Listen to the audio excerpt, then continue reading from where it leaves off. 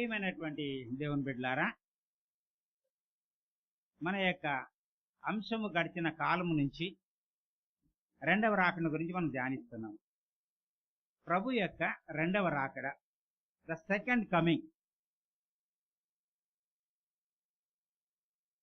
చాలా అంశాలు మనము ధ్యానించాం. దాదాపుగా ఒక 6 వారాల నుంచి మనం ధ్యానించుకుంటూ వస్తున్నాం. మరి ముఖ్యంగా ఇశ్రాయేలు దేశం గురించి, ఆ ప్రాంతాన్ని గురించి, ప్రపంచ పటంలో ఇశ్రాయేలుకు ఉన్నటువంటి ఎదుగుదల గురించి మనం మాట్లాడుకుంటూ వస్తున్నాం. లాస్ట్ వీక్ హెబ్రీ భాషను గురించి కూడా మనం జ్ఞాపకం చేసుకున్నాం. మరి ఇశ్రాయేల్ దేశం గురించే ఎందుకు మనము ధ్యానించవలసిన వారుగా ఉంటున్నాం?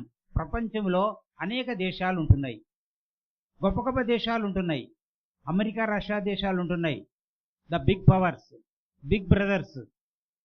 అవన్నీ వదిలిపెట్టి కేవలము మన హైదరాబాద్ పట్టణమంత చిన్న దేశము, భూమికి మధ్యగా ఉన్నటువంటి సెంటర్ ఆఫ్ ద అర్త్, భూమికి మధ్యగా ఉన్నటువంటి ఒక చిన్న దేశం గురించి ఇంతగా మనం ధ్యానించవలసినటువంటి అవసరం ఏమై ఉన్నది అని మనం చూస్తే ఒకే ఒక కారణం మనకు కనిపిస్తుంది.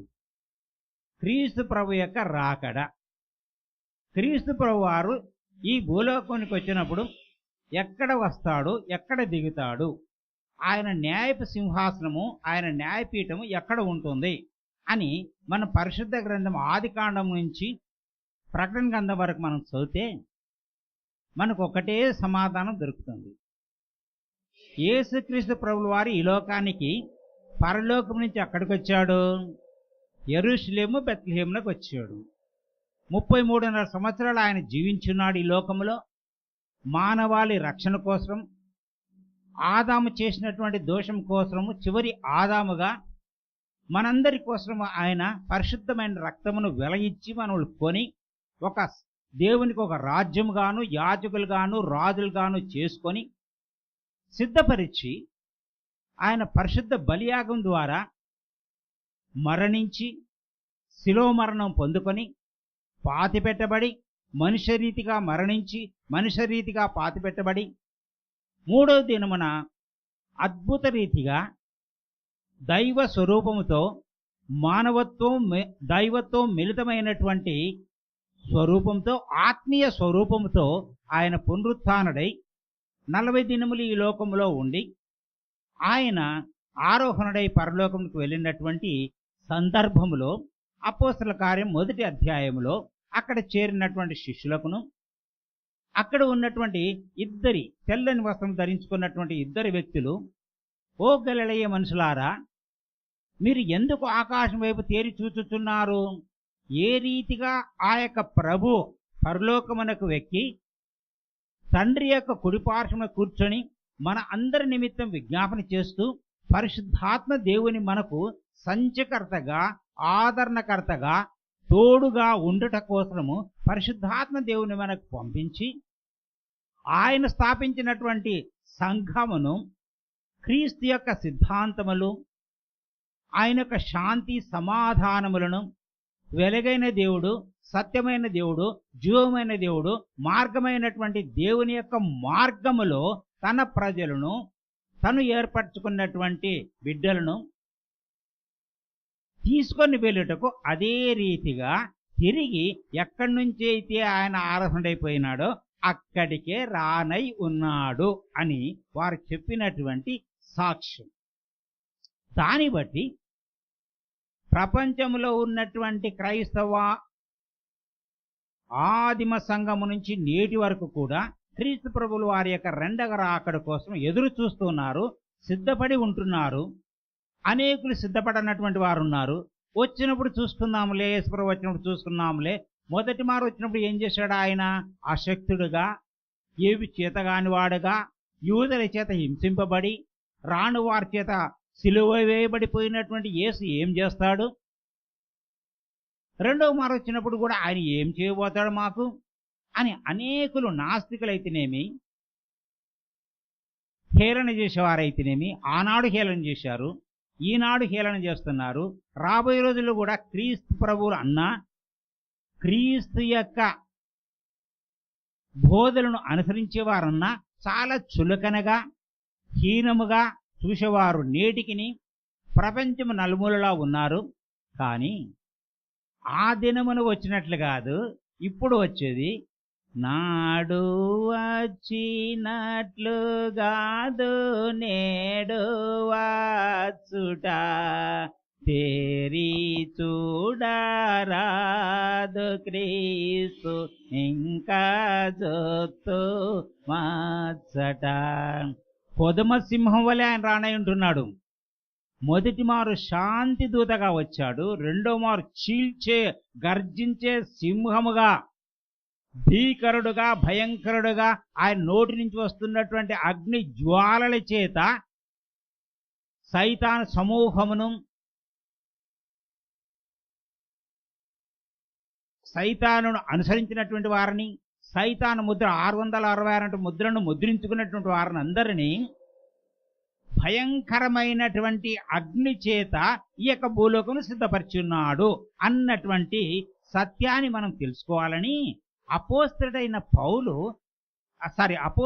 పేతురు ఇప్పుడు మనము 2వ పత్రిక చదువుకున్నటువంటి ఈ యొక్క 2వ పేతురు 3వ అధ్యాయము 3వ వచనములో మనకు చాలా చక్కగా తెలియజేస్తున్నటువంటి విషయాన్ని మనము జాగ్రత్తగా గమనించాలి. అనేక మార్లు పరిశుద్ధ గ్రంథములు అనేక మార్లు చదువుతున్నాం, కానీ దేవుని బిడ్డలారా, ప్రియులారా, ఈ యొక్క విషయాన్ని మనం గుర్తించలేకపోతున్నటువంటి వారుగా ఉంటున్నాం. ఏమిటి అంటే అంత్య దినములలో, the end times, the last day, చివరి దినాలలో అపహాసకులు అపహసించచ్చు వచ్చి, అపహాసకులు చాలా రిడిక్యూల్ చేసేవాళ్ళు, ఎగతాళం చేసేవాళ్ళు, హేళన చేసేవాళ్ళు అపహసించచ్చు వచ్చి, అయ్యా తమ స్వకీయ దురాశలు చొప్పున నడుచుకొనచ్చు, ఎవరు ఇష్టం వచ్చినట్టు వారు నడుచుకుంటూ, ఈ రోజుల్లో మనం చూస్తే ఎవరి ఇష్టం వచ్చినట్టు వాళ్ళు నడుచుకుంటున్నారు, ఎవరి ఇష్ట ప్రకారం వాళ్ళు ప్రవర్తిస్తున్నారు. ఒక చట్టం లేదు, లా అండ్ ఆర్డర్ లేదు, ఒక మొరాలిటీ లేదు, మొత్తం ఇమ్మొరాలిటీ. ఎక్కడ చూసినా కూడా అపవిత్రత అన్నటువంటిదే గాని వారి యొక్క స్వకీయ దురాశల చేత నడుచుకొనొచ్చు. ఇంకా ఏమంటారట, ఆయన రాకడి గురించిన వాగ్దానం ఏమైందయ్యా? మొదటి శతాబ్దంలో చెప్పారు కదా మీరు, అపోస్తలులైనటువంటి వారు మొదటి శతాబ్దంలో చెప్పారు. ఇగో పరిశుద్ధ గ్రంథములు కూడా మీరు లిఖించారు. అప్పటి నుంచి ఇప్పటి వరకు అదే ఆకాశము అదే భూమి ఉంది. ఎప్పుడొస్తాడయ్యా మీ యేసు ప్రభు? పితరులు నిద్రించినది మొదలుకొని సమస్తమును సృష్టి ఆరంభమున్నట్టే నిలిచి ఉన్నది కదా అని చెప్పుదురని మొదట మీరు తెలిసి కనవాలను. మనకు ఫస్ట్ వార్నింగ్, మనకు మొట్టమొదటి హెచ్చరిక. ఇటువంటి వాళ్ళు చెప్పేటోళ్ళు వస్తారు, అబద్ధ ప్రవక్తలు, అబద్ధ బోధకులు, మనములను తప్పుదారి పట్టించి ఉన్నటువంటి ఏర్పరచబడినటువంటి మనములు కూడా పడద్రోయగలిగినటువంటి సైతాన్ యొక్క అంశమైనటువంటి వారు మనములు ఈ విధమైనటువంటి తప్పుదోవలో పట్టించేందుకు అనేకులు వస్తారు. అది మొదటిగా మనం తెలుసుకోవాలా. ఎవరి నోటి నుంచి దేవుని యొక్క వాక్యం వస్తుంది, ఎవరి ప్రవర్తన ఏ విధంగా ఉంది, ఏ యొక్క యాజకుని ప్రవర్తన ఏ విధంగా ఉంది, ఏ యొక్క దైవ సేవకుని యొక్క ప్రవర్తన ఏ విధంగా ఉందని సంఘము, ముఖ్యముగా మనము జాగ్రత్తగా తెలుసుకోవాలి. అనేకమైనటువంటి అపోస్తలులు అని పేరు పెట్టుకుంటూ, బిషపులని పేరు పెట్టుకుంటూ, కార్డినల్స్ అని పేరు పెట్టుకుంటూ, ఆర్చి బిషపులని పేరు పెట్టుకుంటూ, మరి అనేకమైనటువంటి పాస్టర్లుగా మరి క్వాలిఫికేషన్ లేకున్నా, వాళ్ళకి ఆర్డినేషన్ లేకున్నా, హోలీ సాక్రమెంట్ ఇచ్చే అర్హతలు లేకున్నా కూడా అనేకులు బైబిల్ పట్టుకొని ఇంటింటి సువార్త అని చెప్పేసి స్థిరముగా ఉన్నటువంటి విశ్వాసులను కూడా బలహీనపరిచి వాక్యాన్ని ఉపయోగకరంగా ఉన్నట్లు మలుచుకున్నటువంటి రోజుల్లో మనం ఉంటున్నాం. కాబట్టి అయ్యా సంఘం తెలుసుకోండి. ఎలయనగా పూర్వం నుంచి ఇదే ఆకాశం ఉంది, నీళ్లలో నుండి నీళ్ల వలన సమకూర్చబడిన భూమియు ఎవరి వలన కలిగిందట? దేవుని వలన కలిగింది. ఈ యొక్క భూమి నీళ్ళలో నుంచి దేవుని వలనే కలిగింది. కలుగునుగాక అనగా కలిగినటువంటి ఈ యొక్క సృష్టి వారు బుద్ధిపూర్వకంగా మరుతురు. చూడండి, ఇంకా అటువంటి వారు బుద్ధిపూర్వకంగా మనస్సాక్షి ఉండి కూడా మర్చిపోతారంట. దేవుని నోటి నుంచి వచ్చినటువంటి ఈ యొక్క సృష్టి అని ఈ యొక్క సృష్టినే పాటు చేయుటకు అనేక రీతిలుగా వస్తారు. ఆ నీళ్ల వలన అప్పుడున్న లోకమంతయు నీటి వరదలో మునిగిపోయెను. ఇది నెరవేరిందా, నెరవేరలేదా అండి? అప్పుడున్నటువంటి నీళ్ళలో అప్పుడున్న లోకము, ఏ దేవుడు సృష్టించినటువంటి ఫస్ట్ క్రియేషన్, మొదటి క్రియేషన్ ఆదాము మొదలుకొని నోహు కాలం వరకు ఉన్నటువంటి ఆ యొక్క ప్రపంచము, ఆ యొక్క సృష్టి దేవుడు మనసులో నొచ్చుకొని మానవుని సృష్టించినందుకు దేవుడు మనసులో నొచ్చుకొని, నోహు నీవు ఒక్కడు మాత్రమే ఈ తరములో నీతిమంతుడు గనక నీ కోసం ఒక ఓడును కట్టుకొని దానిలో ప్రవేశించుదుము. కేవలం 8 మంది ద్వారా రక్షించబడినటువంటి ఈ యొక్క సెకండ్ క్రియేషన్, ఈ యొక్క రెండవ క్రియేషన్ లో మనం ఉన్నాము. కాబట్టి ఆ యొక్క మొదటిది నశించిన ఈ యొక్క లోకము ఇప్పుడున్నటువంటి నోహు తర్వాత వచ్చినటువంటి జనరేషన్స్ నుంచి జనరేషన్స్ మొత్తం ప్రపంచము 7 ఖండాల్లో ఉన్నటువంటి ప్రజానీకం కోసము ఏమి సిద్ధపరచబడిందట? ఇప్పుడున్న ఆకాశమును, మనకు కనిపించే ఈ ఆకాశమేనండి, మొదటి ఆకాశమే మనకు కనిపించేది. మన కళ్ళి చూపు ఎంత దూరం ఉందో అంత దూరం వరకే మేఘముల పైన. ఇంకా అయ్యగారు డిఫెన్స్ ప్రకారం అయ్యగారు చెప్తే రాకెట్స్ లో నుంచి, సూపర్ రాకెట్స్ లో నుంచి ఇంకా ఎక్కడెక్కడైతే స్పేస్కి వెళ్తే ఒకవేళ మూన్ వరకు, సాటర్న్ వరకు, మార్స్ వరకు, అక్కడి వరకు సైంటిఫిక్ గా వెళ్ళగలుగుతున్నారేమో. కానీ దేవుడున్న ఆకాశానికి ఎవరు చేరలేరు. ఇప్పుడున్న ఆకాశమును ఈ భూమియు భక్తిహీనుల తీర్పును నాశను జరుగు దినం వరకు, భక్తిహీనుల యొక్క తీర్పు, జడ్జిమెంట్ వస్తుంది భక్తిహీనులకు, అన్రైచియస్ పీపుల్కు, అనీతి మందులకు, మాంత్రికులకు, తాంత్రికులు, కర్ణపిశాచము చెప్పినటువంటి వారికి, బ్లాక్ మ్యాజిక్ చేసేటోళ్లకు, విచ్ క్రాఫ్టిజం చేసేటోళ్లకు, అనేకమైనటువంటి దురాత్మ శక్తుల్ని ఈ లోకములో పంపించే వాయుమండల అధిపతి యొక్క ఆధీనములో ఉండి చేస్తున్నటువంటి అనేక తంత్ర శక్తులతో ఉన్నటువంటి అవినీతి పరులను తీర్పు తీర్చుటకు, నాశనమును జరుగు దినము కొరకు, ద లాస్ట్ డే, ఆ ఎండింగ్ డే కోసము అగ్ని కొరకు నిలువ చేయబడినదై అదే వాక్యం వలన భద్రం చేయబడి ఉన్నది. ఏ వాక్యమైతే భద్రం చేయబడిందో అదే వాక్యం వల్ల అగ్ని కోసము యేసుక్రీస్తు ప్రభుల వారు అన్నటువంటి ఆ యొక్క దేవాతి దేవుని నోటి నుంచి వస్తున్నటువంటి బలము కలిగినటువంటి రెండంచుల వాడి కలిగినటువంటి అగ్ని జ్వాలల చేత నాశనము చేయుటకు ఈ యొక్క ఆకాశము, ఈ యొక్క భూమి సిద్ధపరచబడింది. కాబట్టి ప్రియమైన దేవుని బిడ్డలారా, ఇది ఎప్పుడు జరుగుతుంది అని చెప్పేసి అనేక పుస్తకాలు రాశారు, అనేక కామెంటరీస్ వచ్చాయి. ఇప్పుడైతే లేటెస్ట్ గా ఇంటర్నెట్ లో చూస్తే మనకు ఎప్పుడు ఈ విషయాలు అప్పుడు మనకు అనేక విషయాలు తెలుస్తున్నాయి. కానీ దేవుని బిడ్డలారా, మనకున్నటువంటి పరిమిత జ్ఞానంతో, ఇంగిత జ్ఞానంతో, ఒక సూది మొనంత జ్ఞానంతో, వెంట్రుకలో 100th ఉన్నటువంటి జ్ఞానం చేత మనకు దేవుని యొక్క కృపలో, దేవుని యొక్క పరిశుద్ధాత్మ శక్తి చేత మాట్లాడుచున్నది పరిశుద్ధాత్మ దేవుడు. కాబట్టి కొన్ని నగ్న సత్యాలు మనము ధ్యానించి వాటిని తెలుసుకొని ఆ రీతిగా ఇప్పుడే మీరు సిద్ధపడి ఉండండి. ఆ యొక్క దినము కోసం మీరు సిద్ధపడి ఉండండి. ఆ జడ్జిమెంట్ సీట్ కోసం సిద్ధపడి ఉండండి. ఆయన యొక్క ఉగ్రత దినమున ఎవరు నిలవగలరు? ఆ దినాన మరణము పారిపోతుంది. ఆ యొక్క యేసుప్రభు వారి యొక్క మధ్యాకాశం నుంచి భూమి నుంచి వచ్చినప్పుడు, అయ్యా మమ్మల్ని కప్పు అని కొండల్లోకి, గుహల్లోకి, పొదల్లోకి వెళితే అవి ఇంకా దూరం పారిపోతాయంట. ఎండమావులు ఏ విధంగా దూరంగా వెళ్ళిపోతాయో మనం పరిగే కొద్దీ ఆ విధంగా కొండలు, గుహలు, లోయలు అవి దూరంగా పారిపోతాయంట. వారికి మరణము రాదు. వారు ఉన్న రీతిగానే ఎన్ని అండ్ ఎంబ్రియలు ఏ విధంగా భూమి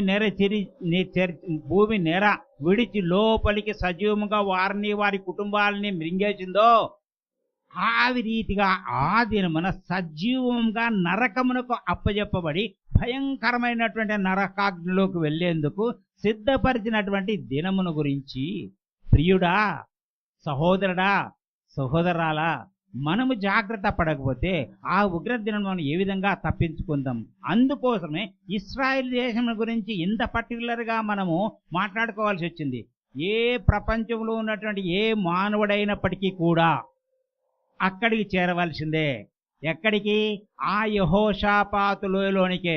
ఎక్కడైతే యేసుక్రీస్తు ప్రభువారు ఆరోహణైపోయినాడో అదే కొండపైన కాలు మోపినప్పుడు ఒలీవల కొండ ఉత్తరమునకును దక్షిణమునకును విడిపోగా మహావిశాలమైనటువంటి లోయ ఏర్పడగా అక్కడ కెరూబులు, సెరూబులు, పరిశుద్ధులు, అతి పరిశుద్ధులు, దూతగణాలు, హతసాక్షులతో, శిష్యులతో, 24 పెద్దలతోటి ఆయన పరివారముగా ఏతించి ఆ యెహోషాపాతు లోయలో ఆసీనుడు కాగా పరలోకమునికి ఎత్తబడినటువంటి జీవవృక్షము మందసము యేసు ప్రభుతో సహా పరిశుద్ధాత్మనితో సహా ఈ లోకమునకు రాగా ఆ యొక్క పరలోకపు యెరూషలేము భూమిపైన కట్టబోచున్నటువంటి 3వ మహా అతి పరిశుద్ధ స్థలమైనటువంటి అతి పరిశుద్ధ మందిరం, 3వ మందిరము కట్టబోచున్నటువంటి ఆ యొక్క మందిరమును పరలోక మందిరము ఆవరించగా అక్కడ సూర్యుడైనను చంద్రుడైన ఉండడు. ఏ గొర్రె పిల్ల యొక్క వెలిగే, యేసుక్రీస్తు యొక్క వెలిగే ఉంటుంది. అటువంటి ఆ యొక్క యెరూషలేము పట్టణానికి మనమందరము వెళ్ళవలసిన వారంగా ఉన్నాం. ఆత్మరూపముగా మహిమా శరీరములో ఎత్తబడినటువంటి వారమైతే 7 సంవత్సరాల ట్రిబులేషన్ ఈ భూలోకంలో తప్పించుకుంటాం. ఒకవేళ ఎత్తబడకపోయి 666 ముద్ర ముద్రించుకోకుండా ఇంకా యేసు ప్రభువును ఆరాధిస్తూ కొండలలో, గుహల్లో, లోయలలో ఉపవాసాలతోటి అన్నం లేక వారి కోసం వెంబడబడి చంపేందుకు సైనికులు వెంబడిస్తున్నా కూడా ఎక్కడెక్కడో దాచిపెట్టుకొని ఉన్నటువంటి వారికి కూడా చివరి అవకాశం దేవుడు ఆ సమయంలో ఇచ్చి తన దూతల ద్వారా ఎక్కడెక్కడైతే ఉన్నారో, సజీవముగా ఉన్నారో, ఈ 666 ముద్ర వేసుకోకుండా దేవుని బిడ్డలు రెమరెంట్స్ శేషం ఇంకా ఎక్కడున్నారు? ఎత్తబడినటువంటి వారు కాకుండా విడబడినటువంటి వారిలో ఉన్నటువంటి దేవుని ఆరాధిస్తూ దేవుని యొక్క ఆజ్ఞలు కట్టుబడి ఉండి దేవుని మహిమపరుస్తూ అంతరంగిక క్రైస్తవులుగా ఉన్నటువంటి వారిని నలుదిక్కల నుంచి ఒక వల వేసినట్టు ఆ యొక్క దూతలు వీరిని అందరినీ తీసుకొని యెరూషలేము పట్టణంకి వస్తారు. ఇంకా అన్యుల సంగతి ఉందండి, జంటైల్ సంగతి మనం చెప్పక్కర్లేదు. చనిపోయిన జంటైల్స్ అయితేనేమి ఆకాశ మార్గంలో చనిపోయినటువంటి వారు ఆకాశం అప్పచెప్పుతుంది, సముద్రంలో చనిపోయినటువంటి వారిని సముద్రం అప్పగిస్తుంది, భూమిలో చనిపోయినటువంటి వారిని భూలోకంలో చనిపోయినటువంటి భూమి అప్పగిస్తుంది, ఊరేసుకొని చచ్చిపోయినటువంటి వారికి ఆ యొక్క దూలాలు, స్తంభాలు అప్పగిస్తాయి. ఇదిగో ప్రభువా ఇక్కడ ఉన్నారని చెప్పేసేసి. కాబట్టి అటువంటి న్యాయపు తీర్మానమునకు సిద్ధాంతానికి అటువంటి యొక్క స్థలానికి మనము చేరుకోవాలంటే మన జీవిత కాలంలోనే మనకు ప్రభు ఇచ్చినటువంటి జీవిత కాలం ఎంతో మనకు తెలియదు. నేడో రేపో ఏ దినమున మన యొక్క అవసాన దశ వస్తుందో మనకు తెలియదు. కాబట్టే మన పితరులైనటువంటి వారు యాకోబు భక్తుడు తన అవసాన కాలమందు ఆ యొక్క మంచము కడప పైన ఆనుకొని తన కుమారులకు 12 మంది కుమారులకు చివరి రోజులలో జరగబోనటువంటి విషయాలు మనకు చదువుకున్నటువంటి మొదటి పాఠంలో సెలవిచ్చాడు. ఒక మారు చూద్దాం. ఆదికాండం 49వ అధ్యాయంలో యాకోబు గారు తన కుమారుని పిలిచి ఇట్లా, నేను మీరు కూడిరండి, అంత్య దినములలో మీకు సంభవింపబో సంగతులు మీకు తెలియజేసదు. అంత్య దినములలో మీకు సంభవించబో సంగతులు మీకు తెలియజేసదు. అయ్యా రూబేను, అయ్యా షిమ్యోను, అయ్యా లేవి, యూదా, ఇశ్శాఖారు 12 మందిని పేర్లు పెట్టి మీ యొక్క మరణ దినమును గురించి నేను చెప్తానని చెప్పేసి అన్నాడా అండి? మీ యొక్క చనిపోకముందు, మీరు చనిపోకముందు మీకు ఏం జరుగుతుందో ఆ విషయాలు నేను తెలియజేస్తానని చెప్పాడా యాకోబు గారు? చూడండి, మీ యొక్క అంత్య దినములకు వేరు, మీ యొక్క మరణ దినమునకు, మీ యొక్క అవసాన దశకు, మీ చివరి రోజుల్లో, మీరు జీవిత కాలంలో మరణించబోయే రోజుల గురించి చెప్తానన్నాడా? లేక అంత్య దినములలో, ఇంగ్లీష్లో ఒక మాట ఉంటుంది చూడండి, ఇంగ్లీష్ బైబిల్ ఉండేవాళ్ళు తీసుకుని, ద ఎండ్ టైమ్స్, అంత్య దినం అనగా చివరి ఈ యొక్క రెండవ రాకడకు ముందు జరగబోయే సంగతుల గురించి నేను తెలియజేస్తాను అని దేవుని యొక్క ఆత్మ ప్రేరేపణ చేత, పరిశుద్ధాత్మ ప్రేరేపణ చేత మరి ఈ యొక్క యాకోబు గారు తన కుమారులకు జరగబోయే విషయాలు, కొన్ని వేల వేల వేల సంవత్సరాల తర్వాత జరగబోయే విషయాలు తెలియజేస్తున్నాం. అప్పటికే యాకోబు గారి యొక్క వయసు ఎంత అంటండి? 147 సంవత్సరాలు. కనాను నుంచి ఐగుప్తుకు మరి ఆయన కుమారుడు 11వ కుమారుడు ప్రధానమంత్రిగా ఐగుప్తుని ఏలుచున్నాడు అని తెలిసిన తర్వాత మరి తన తండ్రిని పిలుచుకొని రమ్మని చెప్పేసి అన్నలను అందరిని పంపించినప్పటికీ ఫరో దగ్గరికి వచ్చే లోపలికల్లా, అయ్యా నీ వయసు ఎంత అని ఫరో అడిగితే, నేను జీవించిన కాలం 137 సంవత్సరాలు అన్నాడు. చనిపోయేటప్పటికల్లా ఇంకా 17 సంవత్సరంలో ఐగుప్తులో యాకోబు తన కుమారులతో సహా జీవించి 147 సంవత్సరాల వయస్సులో చనిపోయాడు. అప్పుడు ఆయన ఒక్కొక్కరిని గురించి చెప్తున్నాడు. రూబేను గురించి, నా పెద్ద కుమారుడవు, అయ్యా నువ్వు నీళ్ల వలె చంచలుడవై అతిశయపడదువు. ఆయనకు జరగబోయేది, ఆయన యొక్క జీవిత కాలంలో జరగబోయే విషయాలు చెప్పాడు. తర్వాత షిమ్యోను, లేవి అన్నటువంటి వారు ఖడ్గదారులు, చాలా క్రూరులు, చాలా భయంకరులు.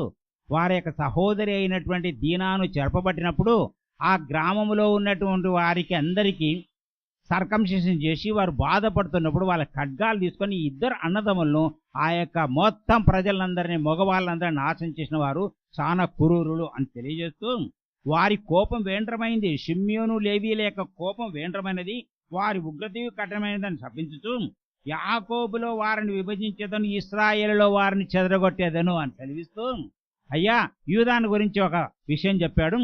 నీ చెయ్యి నీ శత్రువుల మెడ మీద ఉండును, నీ తండ్రి కుమారులు ఎదురు సాగిల పడుతురని యూదాను 4వ కుమారుని ఆశీర్వదిస్తున్నాడు. యూదా కొదమ సింహం అంటున్నాడు. మరి యేసుక్రీస్తు ప్రభువు వారు ఏ గోత్రం నుంచి, ఏ వంశం నుంచి వచ్చారండి? యూదా కొదమ సింహము, యూదా గోత్రం నుంచి వచ్చినటువంటి వ్యక్తి. తర్వాత శీలోహు వరకు వచ్చే వరకు రాజదండము నీ దగ్గర నుంచి తొలగదు, యూదా యుద్ధ నుండి దండము తొలగదు, అతని కాళ్ళ మధ్య రాజదండముండును అని తెలియజేస్తూ, జబులును గురించి సముద్రపు ఓడరేవులనే నీకు ఇస్తానని సెలవిస్తూ, ఇశ్శాకారు మరి బలమైనటువంటి గార్ద, బరువులు మోయగలిగినటువంటి వ్యక్తి అని చెప్తూ, దానును గురించి తన ప్రజలకు న్యాయం తీర్చును జడ్జిగా తీర్మానం చేస్తున్నాడు. మరి దాను వంశావళి వారు జడ్జెస్గా ఉన్నారు. న్యాయాధిపతుల కాలంలో మనం చూస్తే దాను వంశంలోని వారిగా ఉంటున్నట్లుగా చూస్తాం. తర్వాత గాదును గురించినటువంటి విషయాలు చెప్పాడు. బంటుల గుంపును గాదు కొట్టును అని చెప్తూ, మరి ఇక్కడికి వచ్చేకల్లా ఆషేరు యొద్ద, దయచేసి ఒక్క వచనం మాత్రం అండర్లైన్ చేసుకోండి అమ్మా. ఆషేరు యొద్ద శ్రేష్టమైన ఆహారం కలదు. ఆషేరు దగ్గర శ్రేష్టమైన ఆహారం కలదు, రాజులకు తగిన మధుర పదార్థములు అతరిచ్చును. ఆషేరు అన్న ఈ యొక్క యాకోబు యొక్క కుమారుడు శ్రేష్టమైన ఆహారం అందిస్తాడట, రాజులకు తగిన మధురమైన ఆహారం అందిస్తాడట. నఫ్తాలి విలువబడిన లేడీ, యోసేపు ఫలించడి కొమ్మ అని దీవించుకుంటూ వచ్చి, మరి యోసేపును చివరికి బెన్యామీనును కూడా దీవించి బెన్యామీను చీల్చినట్టు తోడేలు అని అన్నాడు. ఈ 12 మంది యాకోబు యొక్క కుమారుల్లో మనము ముఖ్యంగా ఈ చివరి దినాల్లో, ఎండ్ టైమ్స్లో జ్ఞాపకం చేసుకోవాల్సింది ఒకే ఒక కుమారుడు. ఎవరయ్యా ఆ కుమారుడు అంటే ఆషేరు. ఈ యొక్క ఆషేరు ఎవరండి? ఎవరి కుమారుడు ఈ యొక్క ఆషేరు?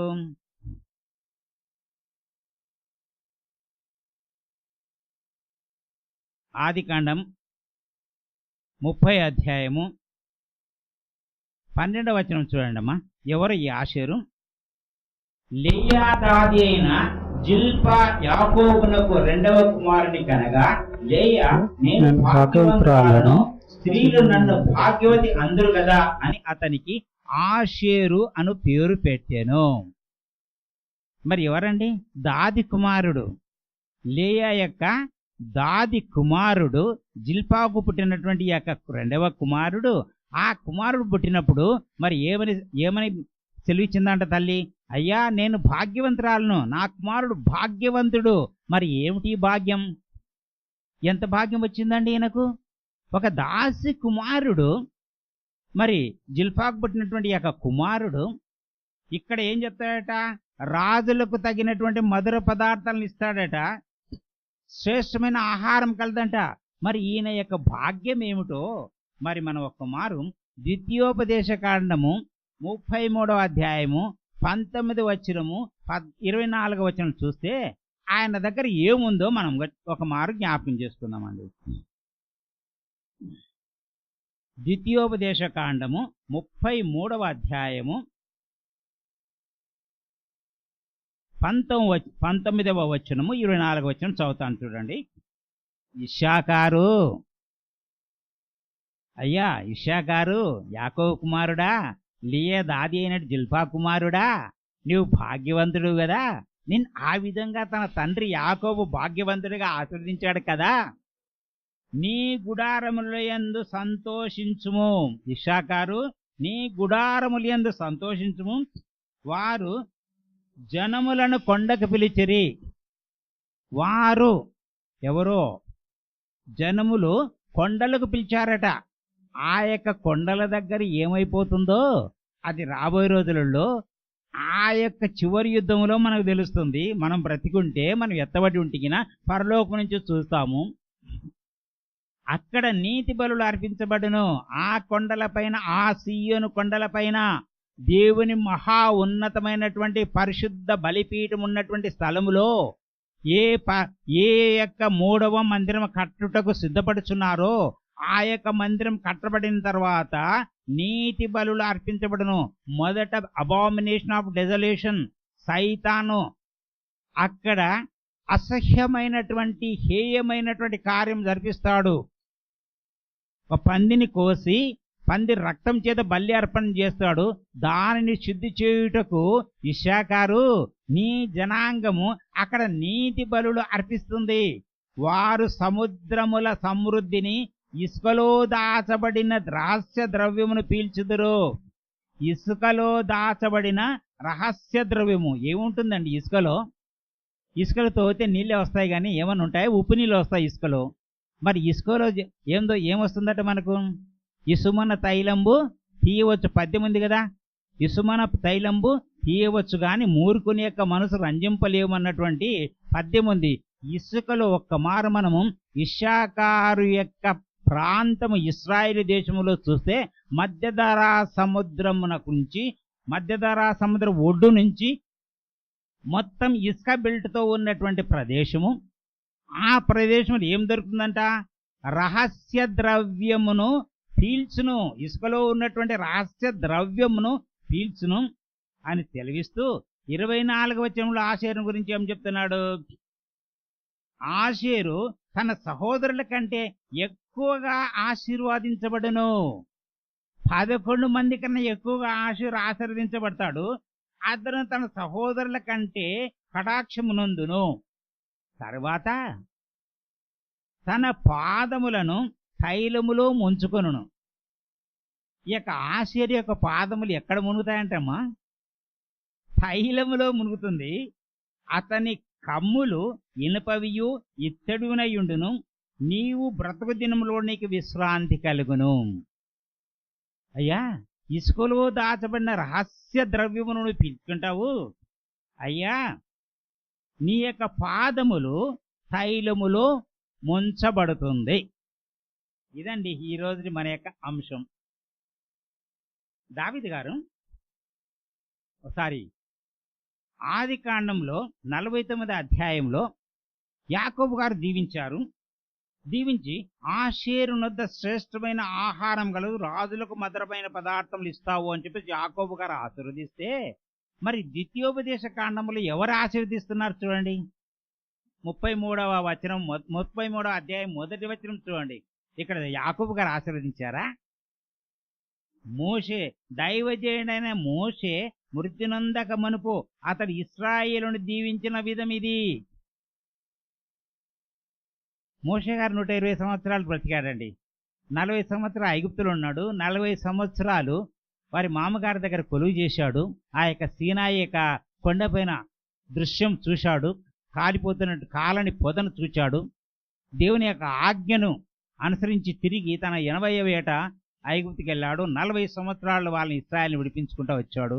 ఇప్పటికి 120 సంవత్సరాల సమయంలో చనిపోయే అవసాన దశలో 147 సంవత్సరాల కాలంలో యాకోబు అవసాన దశలో వీళ్ళని ఆశీర్వదిస్తే 120 సంవత్సరముల అవసాన దశలో ప్రవక్త అయిన మోషే ఇశ్రాయేలులకు విమోచించినటువంటి ఐగుప్తు నుంచి విమోచించి సీనాయి ప్రాంతం తీసుకొచ్చి ఇంకా కనిపిస్తున్నటువంటి పాలుతీనలు ప్రవహించే ఆ ప్రామిస్ ల్యాండ్ లేనికి ఆ నెబో పర్వతం ఎక్కి ఆయన ఆ ప్రాంతం అంతా చూసి ఎరికో మైదానం అంతా చూసి తృప్తిపడి వచ్చి వీళ్ళ యొక్క 12 గోత్రముల పెద్దలను పిలిపించుకొని వారిని ఈ విధంగా ఆశీర్వదిస్తున్నాడు. ఈ యొక్క ఆశీర్వాద వచనాలన్నీ చూస్తే యాకోబు 430 సంవత్సరాలు బ్రతికాడు. 430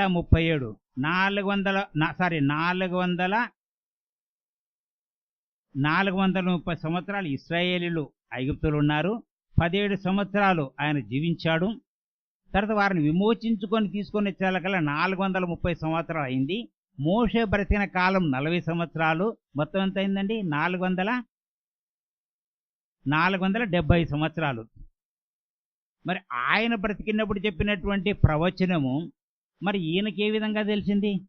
యాకోబు వచ్చిన దీవెన వచనాలు ఈ యొక్క మోషే గారికి ఏ విధంగా తెలిసింది? ఎన్ని సంవత్సరాల గ్యాప్ వచ్చేసింది కదా ఆ మధ్యకాలంలో అనేక ఉంది.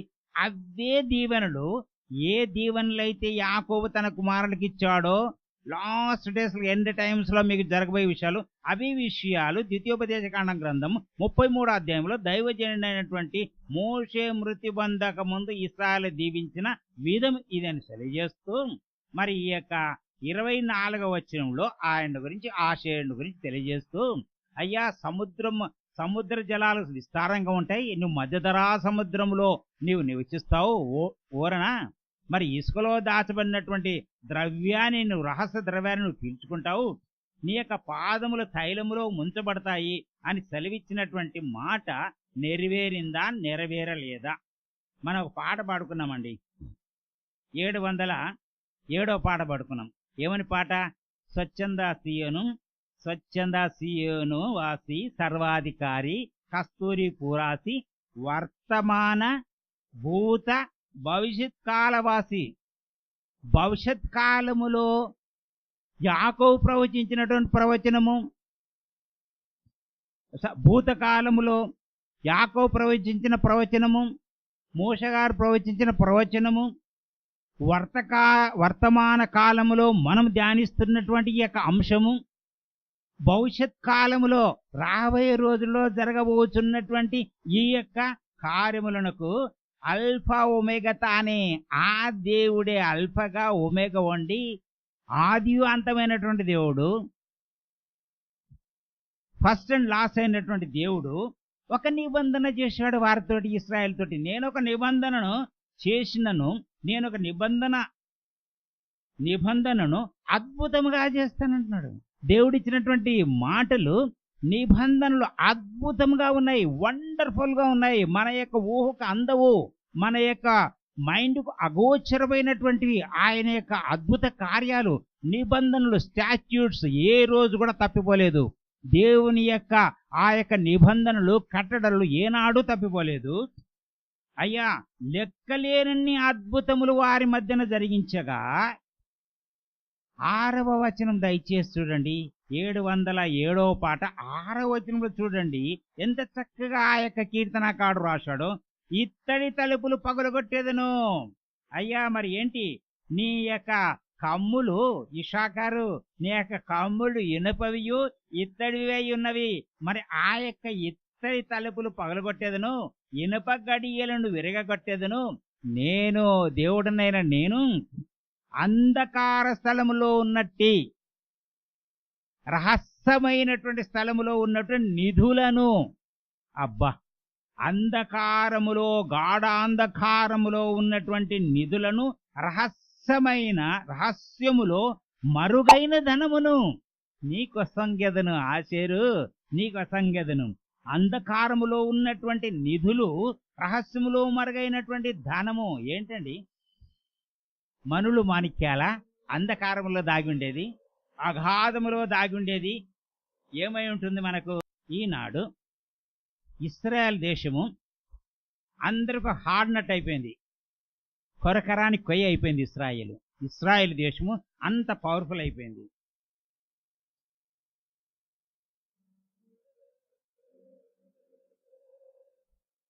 దేవుడు అమెరికా దేశంలోంచి ఒక వ్యక్తిని ఎన్నుకున్నాడు. ఆ యొక్క వ్యక్తి పేరు ఆండ్రీ సొరెల్లి.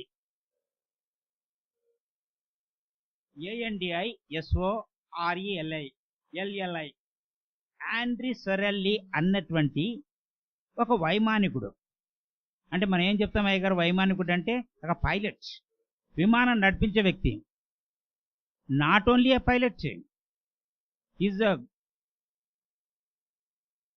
గ్రేట్ సైంటిస్ట్, ఓ గొప్ప సైంటిస్టు. అంత మాత్రమే కాదు, ఓ గొప్ప ఇంజనీరు. అంటే ఈ యొక్క ఇంజనీరింగ్ యొక్క జ్ఞానం కలిగి ఆకాశాన్ని గురించి శోధించగలిగినటువంటి, ఆకాశంలో కొన్ని వేల మైళ్ళు ఎత్తు నుంచి తన యొక్క సొంత విమానములో తను సొంతంగా ఏర్పాటు చేసుకున్నటువంటి ఇంజనీరింగ్ సైంటిఫిక్ ఎక్విప్మెంట్ పెట్టుకొని ఎక్కడైతే పెట్రోల్ పడుతుందో ఆ పెట్రోల్ గురించి ప్రపంచమంతా తిరుగుతూ పెట్రోల్ బయటికి తీసగలిగే డ్యూటీ ఆయన ఎన్నుకున్నాడట. అమెరికాలో దేవుడు ఆయనకు ఆ శక్తి ఇచ్చి తిరుగుతున్నాడట.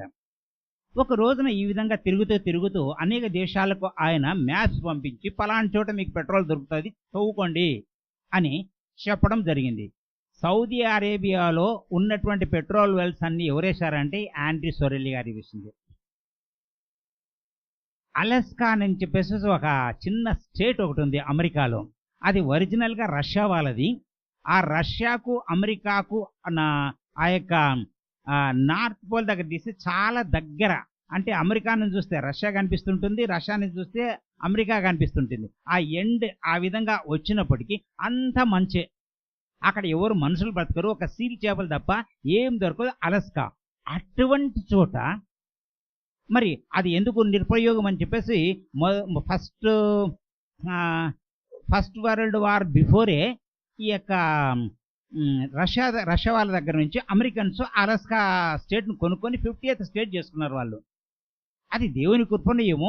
ఈ ఆండ్రీ సొరెల్లి ఆ యొక్క విమానంలో తిరుగుతున్నప్పుడు అలస్కాలో పెట్రోల్ బావులు ఉన్నాయని అమెరికాకు చెప్తే అక్కడ పెట్రోల్ బావులు వేశారు, పడ్డాయి. తదుపరి ఆయన ఒక విమాన ప్రయాణంలో పోతూ సడన్గా యాక్సిడెంట్ గురైపోయేసేసి విమానం కూలిపోయి మనిషి అపాయకరమైన పరిస్థితిలో పెయింట్ అయి కింద పడిపోయాడు. అద్భుత రీతిగా ఆయనను ఎవరో లేపి, ఎవరో తిరిగి ఆయనకు ప్రాణభిక్ష పెట్టినట్లు, ప్రాణం పోసినట్లు, ఊపిరి పోసినట్లు లేచి చూస్తే అక్కడ చుట్టూ వెలుగుందంటే కానీ ఎవరు కనిపించలేదు ఆయనకు. అయ్యి ఇదేంది వండర్ఫుల్, ఏంది ఇంత ఆ హైట్లోంచి కింద పడిపోయినా నేను ఈ యొక్క మంచు ఖండంలో, మరి నాకు చనిపోయినాను అనుకున్నాను, నాది ప్రాణం పోయింది అనుకున్నాను, మరి ఎవరు బతికించారా నన్ను? నాస్తికుడు, దేవుడు లేడు అని చెప్పేసేసి ఘంటాపథంగా చెప్పేవాడు. నేను ఇంత గొప్ప సైంటిస్ట్ని, ఇంత గొప్ప ఇంజనీర్ని, ఇంత విమాన పైలట్, నేను ఎక్కడ పడితే అక్కడ నేను పెట్రోల్ తీసుకురాగలను, నా కోటీశ్వరుని అనుకున్నటువంటి వ్యక్తి లాస్ట్లో నా ప్రాణం కాపాడింది ఎవరు? నా ప్రాణాన్ని నేను కాపాడుకోలేకపోయినాను కదా, ఇంత ఉంది, నాకు ధనం ఉంది, ఈ చివరి క్షణంలో నా ప్రాణాన్ని నేను కాపాడుకోలేకపోయినాను కదా. కాబట్టి ఎవదో ఒక అదృశ్య శక్తి ఉంది. ఎవరు ఆ అదృశ్య శక్తి? ఆ వెలుగైనటువంటి వ్యక్తి ఎవరు? యేసు ప్రభు తప్ప ఇంకెవరు లేరు అని అప్పుడే అక్కడే డిసైడ్ చేసుకొని అయ్యా ప్రభువా నీ సేవకే నేను అంకితం చేసుకుంటాను అని యేసు ప్రభు నమ్ముకున్నటువంటి ఆండ్రీ సొరెల్లి మరి తన యొక్క విమాన మార్గాన్ని మొదలుపెట్టుకొని ఆయన ఎక్కడికి ప్రపంచ దేశాలని తిరుగుతూ యేసు ప్రభువే రక్షకుడు, ఆయనే నిజమైనటువంటి దేవుడు, నేను నాస్తికునిగా ఉన్నటువంటి ఆస్తినిగా మారిపోయాను, నా జీవిత చరిత్ర ఏదని చెప్పుకుంటూ ఒకానొక రోజున ఇజ్రాయెల్ దేశంలో ల్యాండ్ అయ్యాట. ఆ దేశంలో ల్యాండ్ అయిన వెంటనే ఒక విధమైనటువంటి అనిర్వచనీయమైనటువంటి చిగుస్తతో కూడినటువంటి ఒక నూతన ఉత్సాహము, బాడీలో ఒక షేక్, బాడీలో ఒక విధమైనటువంటి ఆనంద పరవశాలు ఆయన అనుభవించాడంట. నేను వర్ణించలేను, నా యొక్క ఊహకు అందదు, ఆ అనిర్వచనీయమైనటువంటి ఆ ఆనందానికి అవధులు లేవు అని చెప్పినటువంటి వ్యక్తి 1977లో వెళ్ళి, అయ్యా మీ దేశంలో నేను పెట్రోల్ కనిపెట్టి నేను ఉచితంగా పెట్రోల్ ఇస్తానట్లా అంటే ఇజ్రాయెల్స్ వాళ్ళ యొక్క నాయకులు పట్టించుకోలేదట. మొదటిసారి అయిపోయింది, రెండవసారి అయిపోయింది, మూడవసారి ఆయన అదే పనిగా వెంటబడుతుంటే ఈ అమెరికా అతను ఎందుకు వచ్చాడయా, అనవసరంగా మా దేశ రహస్యాలన్నా తీసుకుపోతాడేమో, ఎక్కడన్నా ఇస్తాడేమో, సిఐఏ ఏజెంట్నేమో ఎందుకులే అని కొంచెం పెట్టారు. తర్వాత దేవుని యొక్క కృపలో ఆ యొక్క డిఫెన్స్ మినిస్టర్కు దేవుని యొక్క శబ్దం విని ఆండ్రీ సొరెల్లి శబ్దం వినిపిస్తే వెంటనే ఆయన ప్రైమ్ మినిస్టర్ దగ్గరికి వెళ్ళేసేసేసి, అయ్యా ఈయనను మనం ఒక అవకాశం ఇద్దాము అని అంటే అవకాశం ఇచ్చారట. సీనాయి డెజర్ట్లో ఆయన 3 వారాలలో 5 బావులు త్రవ్వాడండి. తన సొంత ఖర్చులతో 5 petrol wells. Camp David agreement ప్రకారం ఈజిప్టుకు ఇజ్రాయేల్కు, అయ్యారికి బాగా తెలుసు, ఈజిప్టుకు ఇజ్రాయేల్కు జరిగినటువంటి ఆ యొక్క వార్ ఆపరేషన్లో క్యాంప్ డేవిడ్ అగ్రిమెంట్ ప్రకారము మొత్తం గాజా ప్రాంతము, ఆ సీనాయి ప్రాంతం అంతా ఐగుప్తుకి ఇవ్వాల్సి వచ్చిందట. ఆండ్రీ సొరెల్లి గారు చాలా నిరుత్సాహపడిపోయినాడంట. నా యొక్క దేవుని యొక్క దేశానికి నేను ఇంత సేవ చేద్దాం అనుకుంటే ఎంత ఇదైపోయింది, అమెరికా వాళ్ళు చేసింది, నా సొంత ప్రజలు ఇంత కష్టపడి నేను సంపాదించి ఇస్రాయల్ దేశానికి కింద నిధినిస్తే, రహస్యమైనటువంటి మరుగైనటువంటి ఈ యొక్క ద్రవ్యం ఇస్తే, పెట్రోల్ లేకపోతే చివరిలో యుద్ధములో ఎవరి దగ్గర పెట్రోల్ ఉంటే వాళ్ళే గెలుస్తారు. పెట్రోల్ ఒక పెద్ద వెపన్. నువ్వు న్యూట్రాన్ బాంబ్స్ కానీ ఏ బాంబ్స్ వేసుకున్నా ఏది అయిపోయినా కూడా చివరికి ఆ యొక్క దాని బాంబ్స్ని పంపించాలన్నా ఎక్కడ చేయాలన్నా కూడా ఇక పెట్రోల్ లేకపోతే కానే కాదు. క్రూడ్ పెట్రోల్ ఆయిల్ లేకపోతే కానే కాదు. అయ్యగారికి బాగా తెలుసు. సరే నిరుత్సాహపడి అమెరికాకి వెళ్ళిపోయాట. ఆయన బైబిల్ చదవడం తప్ప ఇంకా ఏం పని చేయటం లేదంట. అప్పుడు ఆయన దగ్గరికి ఒక స్నేహితుడు వచ్చాడంటండి.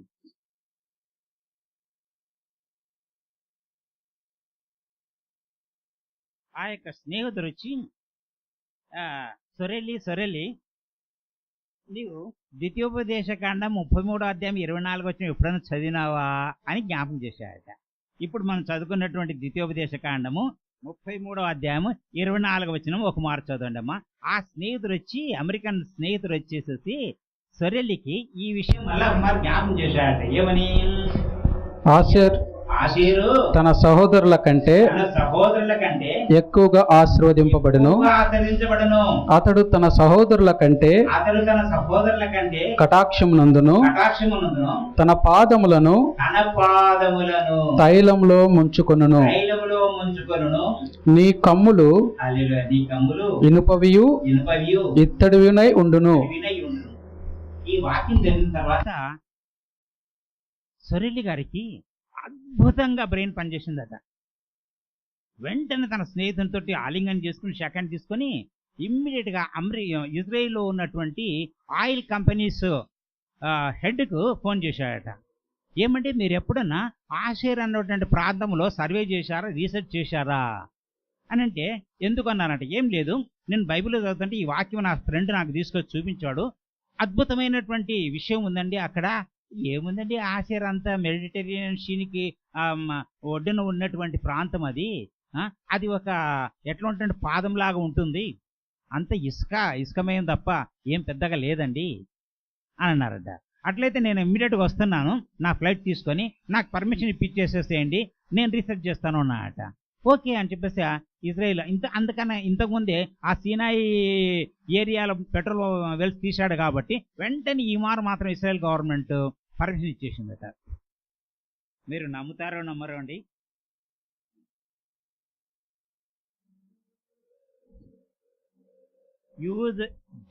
జూయిస్ భూగర్భ శాస్త్రవేత్త, మనం ఏమంటామంటే జియాలజిస్ట్ అంటామా, జియాలజిస్ట్ జూయిస్ ఇస్రాయెల్ దేశం యొక్క భూగర్భ శాస్త్రవేత్త, అంత మాత్రం కాదు ఇంజనీరు, జియోలాజికల్ సైన్స్ అంటే ఇంజనీరు. ఆయన పేరు జాకీ హెర్మాన్. జూయిస్ ఇతని పేరు జాకీ హెర్మాను.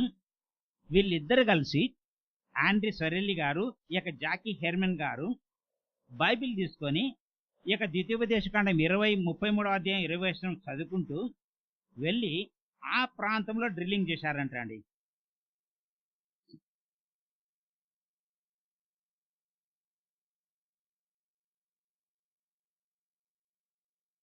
ఇరవై వేల మీటర్ల లోపలికి అగాధ స్థలంలో ఆ యొక్క డ్రిల్లింగ్ వేసేటప్పుడు లైట్స్ కూడా పైనుంచి వెళ్తుంటాయి.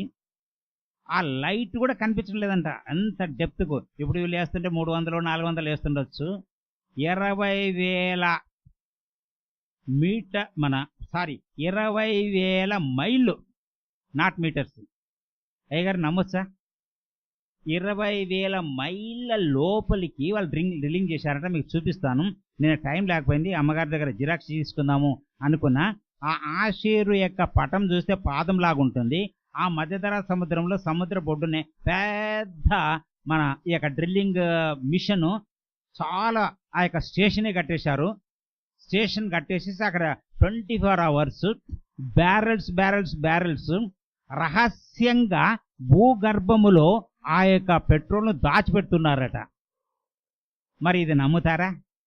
ఆషేరు పాదం ఉన్నటువంటి ఆ ప్రాంతంలో 20,000 మైళ్ళ లోపల మరి ఎన్ని లక్షల రూపాయలు, ఎన్ని కోట్ల రూపాయలు ఖర్చు పెట్టిండాలి వారు. ఇది ఎందుకు జరిగింది? ప్రపంచంలో ఉన్నటువంటి రష్యా ధననిదంతా పోతుంది. రష్యాలో ఉన్న పెట్రోల్స్ వెళ్తాయి, అమెరికాలో ఉన్నటువంటివి అన్నీ కాలిపోతాయి, ప్రపంచ దేశంలో ఎక్కడా ఉండదు. లాస్ట్ వార్ గోగు మాగోగు, గొమర్రా దేశము, గోగు Magog. Magog means Moscow, Roche అంటే రష్యా. ఆ రష్యా చివరి దినాల్లో యేసుక్రీస్తు ప్రభు వారి యొక్క రెండవ రాకడకు ముందు జరగబోయే భయంకరమైనటువంటి యుద్ధము ఇశ్రాయేలు మీనికి మిడతల దండంత విస్తారంగా రష్యా యొక్క సేనులు, దాని యొక్క మిత్ర దేశాలు వచ్చి ఆక్వై చేసుకున్నప్పటికీ జరగబోయే మరి మనకు ప్రవక్తల గ్రంథంలో చూస్తాం, ఇర్మియా జకర్యా గ్రంథంలో చూస్తాం, 7 దినాలు ఆ యొక్క కాలుతూనే ఉంటాయి వారి యొక్క శకటాలు, వారి యొక్క ఫెయిల్ అయిపోయినటువంటి వారి యొక్క ట్యాంక్స్, యుద్ధ ట్యాంకులు, మిసైల్స్, వాటిని తగలబెడుతూనే ఉంటారట. శవాలను ఇస్రాయేల్ సైనికులు భూస్థాపన చేస్తుంటారంట. ఇస్రాయేల్ దేశంలో ఒక పెద్ద లోయ, ఆ యొక్క లోయలో వారిని అందరినీ పాతి పెడుతుంటారట. మనం చదువుకుంటే మరి ప్రవచనాలన్నీ నెరవేరుతున్నటువంటి విషయాలు, ఇంత చక్కగా దేవుని యొక్క మర్మమైనటువంటి రహస్యాలు దేవుడు మనకి తెలియజేస్తున్నాడు. కాబట్టి ప్రియమైనటువంటి దేవుని బిడ్డలారా, ఆ యొక్క యెరూషలేము పట్టణంలోకి సిద్ధపడినటువంటి వారముగా మనము రక్షించబడినటువంటి వారమై రక్షణ వస్త్రములు ధరించుకొని గొర్రెపిల్ల వెంట మనము ఆ యొక్క వధువు సంఘం వెంట పరిశుద్ధాత్మ దేవుని చేత మనం ఎత్తబడి ఆ యొక్క ఈ శ్రమల కాలం పొందుకోకముందే పరలోకంలో వెళ్తే 7 సంవత్సరాల విందులో మనం ఉంటాం. లేకపోతే విడవబడిన తర్వాత అనేక శ్రమలు పొందుకుంటాం క్రైస్తవులు. తదుపరి ఈ యొక్క లాస్ట్ హార్మెగిద్దోన్ అన్నటువంటి ఆ యొక్క యుద్ధములో దేవుని యొక్క ప్రచండ కోపము చేత జనములకు తీర్పు తీర్చనై ఉన్నటువంటి ఆ యేసయ్య యొక్క కుడివైపు వారంగా ఉండులాగున దేవుడు మనలందరినీ ఆశీర్వదించునుగాక. దేవుడి యొక్క వాక్యం దీవించు.